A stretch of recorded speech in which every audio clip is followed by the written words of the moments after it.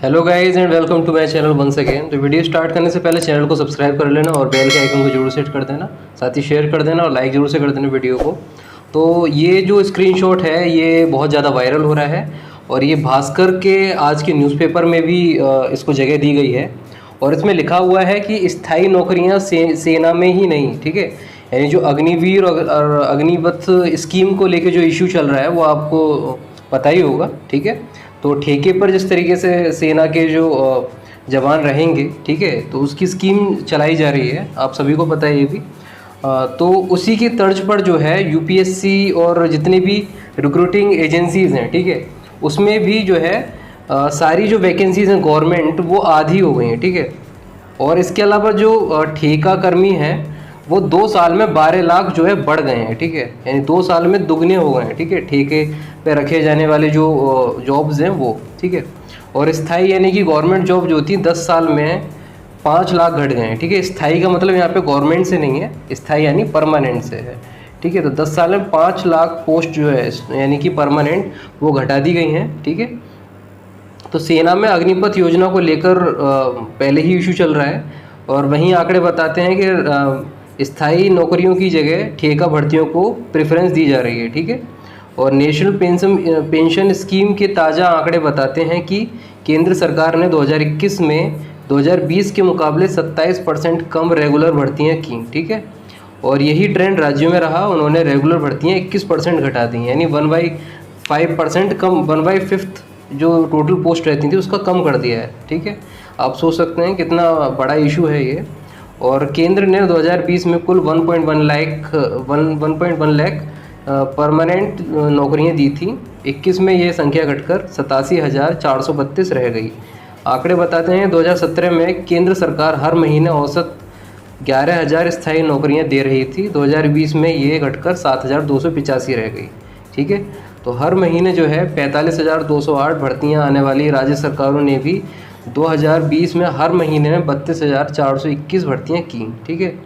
और श्रम मंत्रालय के अनुसार 2019 में केंद्र सरकार में कुल 13.64 यानी 13.64 लाख जो कर्मचारी थे वो ठेके पर काम कर रहे थे, ठीक है।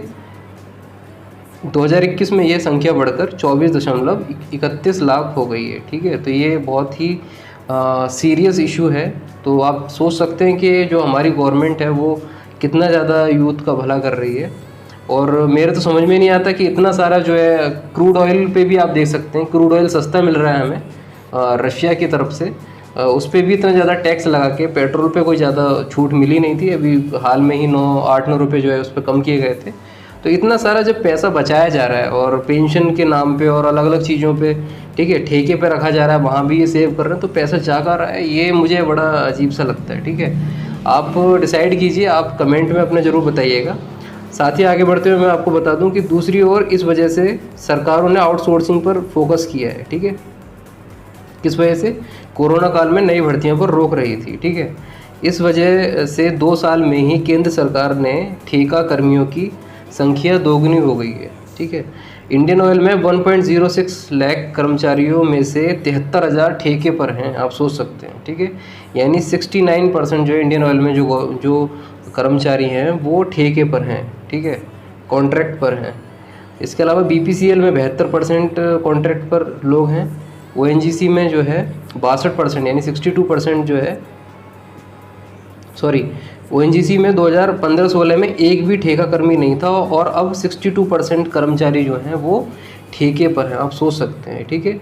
अब आप सोचते हैं कि इंडिया में ये गवर्नमेंट जॉब को लेके इशू रहता है और क्रेज़ है, ठीक है, ऐसा बिल्कुल नहीं है। आप देख सकते हैं यहाँ पे कि ब्रिटेन में जो सरकारी नौकरियाँ हैं वो 17.5% है टोटल जॉब्स का, ठीक है, सोचिए। और चाइना में जो है वो 3.9 करोड़ है, ठीक है, यानी 4.6%। और थर्ड पे आता है इंडिया हमारा, 2 करोड़ केवल जॉब्स हैं गवर्नमेंट और वो भी केवल टोटल जॉब्स का 2.2% है, ठीक है। उसमें से भी ये सब जो है ठेके पे कर दिया गया है। तो सोच लीजिए कि क्या हो रहा है, ठीक है। ये बहुत ही भयावह स्थिति है अपने देश की, ठीक है। तो इसके बारे में आपको ज़रूर कुछ ना कुछ सोचना चाहिए, कमेंट जरूर से करना, ठीक है। और पूरा आप देख सकते हैं डिटेल में ये, ठीक है। तो जो भी आपको सुझाव हो, मैं कोई यहाँ पे किसी को क्रिटिसाइज़ करने नहीं आया हूँ, लेकिन जो कंडीशन है, ठीक है, जॉब अपडेट्स और जो भी इम्पोर्टेंट नोटिफिकेशन रहते हैं वो सब आपके सामने लेके आना मेरा काम है, ठीक है, और मैं अपने काम को ज़रूर करूँगा। तो ये आप देख के अपना कमेंट ज़रूर कीजिएगा कि आपका क्या सोचना है इसके बारे में, क्या सरकार सही कर रही है, सही डायरेक्शन में है या फिर ये गलत है, ठीक है, आपका क्या सोचना है, ज़रूर अपनी राय दीजिएगा कमेंट में। और चैनल को सब्सक्राइब जरूर कीजिए, लाइक ज़रूर से कर देना, शेयर करना ग्रुप्स में, और मिलते हैं किसी और वीडियो में, तब तक के लिए बाय बाय।